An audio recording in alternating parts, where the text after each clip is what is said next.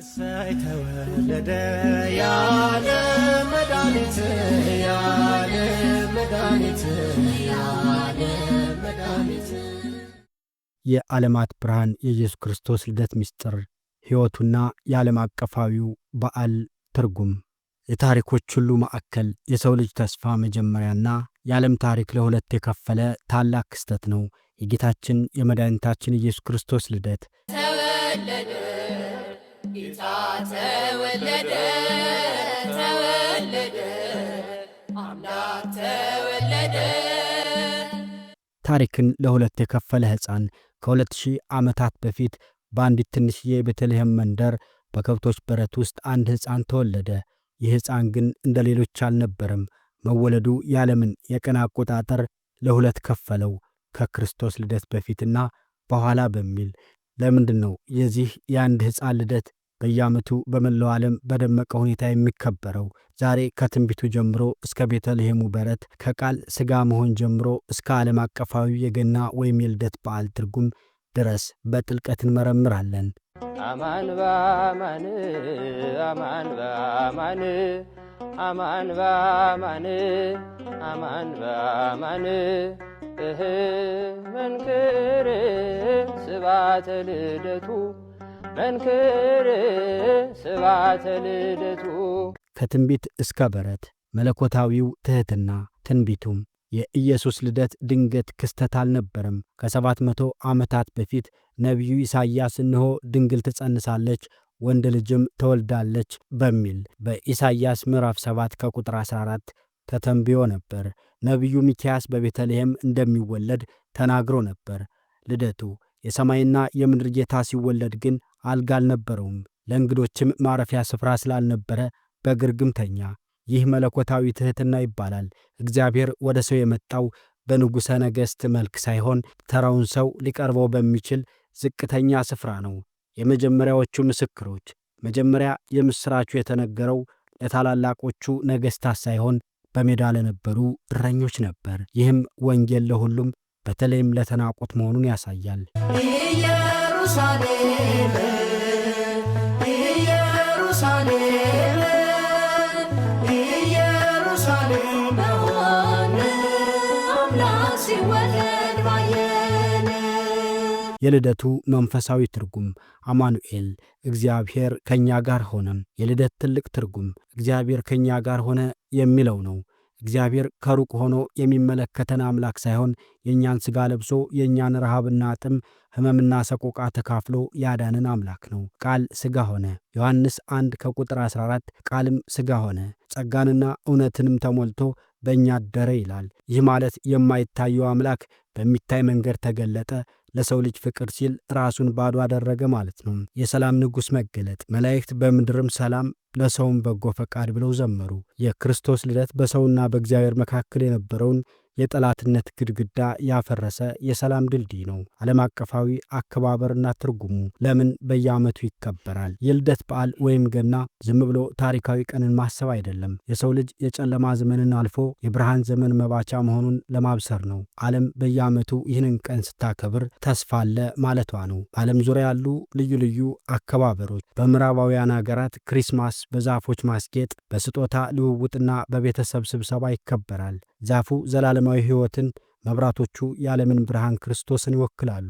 በኢትዮጵያ ገና በልዩ መንፈሳዊ ሥርዓት በሌሊት መሐሌትና በጋራ ማዕድ ይከበራል። በተለይ በላሊበላ የሚከበረው በዓል የቤተልሔምን ትዕይንት የሚያስታውስና በሺዎች የሚቆጠሩ ምዕመናን በአንድ ድምፅ ቤዛ ኩሉ ዓለም፣ የዓለም ሁሉ መድኃኒት እያሉ የሚዘምሩበት ነው። የስጦታ ትርጉም። ሰዎች ስጦታ የሚለዋወጡት ሰብአ ሰገል ለሕፃኑ ያመጡትን ስጦታ ለማስታወስ ብቻ ሳይሆን እግዚአብሔር ለዓለም የሰጠውን ትልቁን ስጦታ ልጁን በማሰብ ነው። በዓለም ዙሪያ 8 የኢየሱስ ክርስቶስ ልደት በዓል አከባበር ልምዶች አሉ።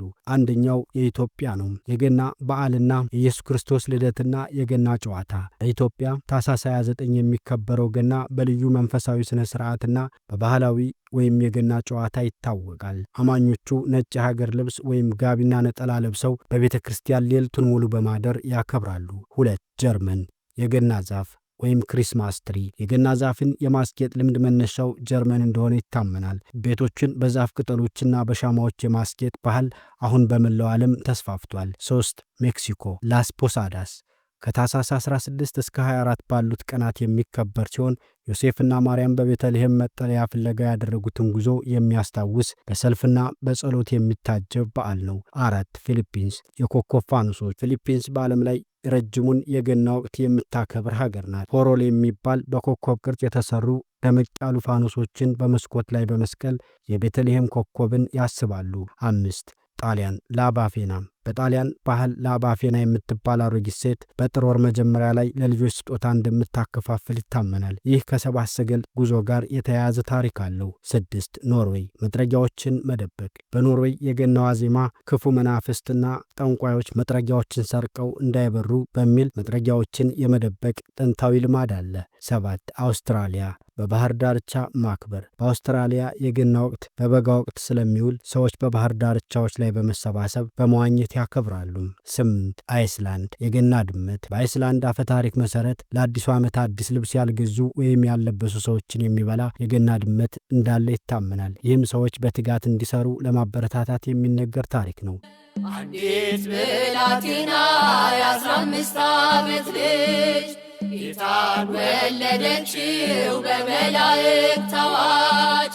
በጾም ድንግልና ተወለደ ጌታ፣ ዓለምን የሚያድን የሰዎች አለኝታ።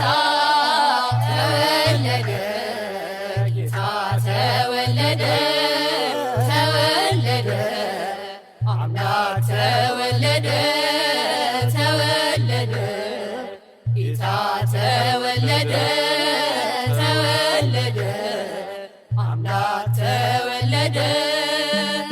ፍቅርና መስጠት። የልደት በዓል መቀበል ሳይሆን መስጠት ነው። የሌላቸውን ማሰብ፣ የታመሙትን መጠየቅና የተጣሉትን ማስታረቅ የበዓሉ እውነተኛ መንፈስ ነው። ክርስቶስ ራሱን ስለሰጠን እኛም ራሳችን ለሌሎች የምንሰጥበት ጊዜ ነው። ከቤተልሔም እስከ ቀራንዮ ኢየሱስ ክርስቶስ የተወለደው ሊሞት ነው። ግርግሙ የክብሩ መጀመሪያ ሲሆን፣ መስቀሉ ደግሞ የፍቅሩ ማረጋገጫ ነው። ልደቱ ያለ ስቅለትና ያለ ትንሣኤው ሙሉ ትርጉም አይኖረውም። የተወለደው እኛን ከኃጢአት ባርነት ነፃ ለማውጣት ነው። ዛሬ ኢየሱስ ክርስቶስ በልብ ውስጥ ተወልዷል። ቤተልሔም ውስጥ መወለዱ ብቻውን አይበቃም። በአንተ ሕይወት ውስጥ ንጉሥ ሆኖ መወለድ አለበት። የልደት በዓል የሚያልፍ ድግስ አይደለም፣ የማይጠፋ የዘላለም ብርሃን ነው።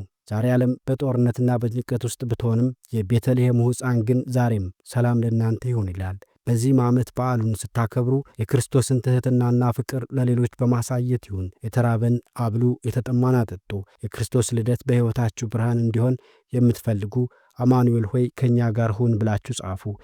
ይኸው ተወለደ የዓለም መድኃኒት፣ የዓለም መድኃኒት፣ የዓለም መድኃኒት።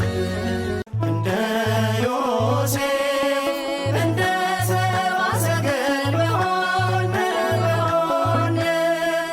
እንደ ዮሴፍ እንደ ሰብአ ሰገል በሆነ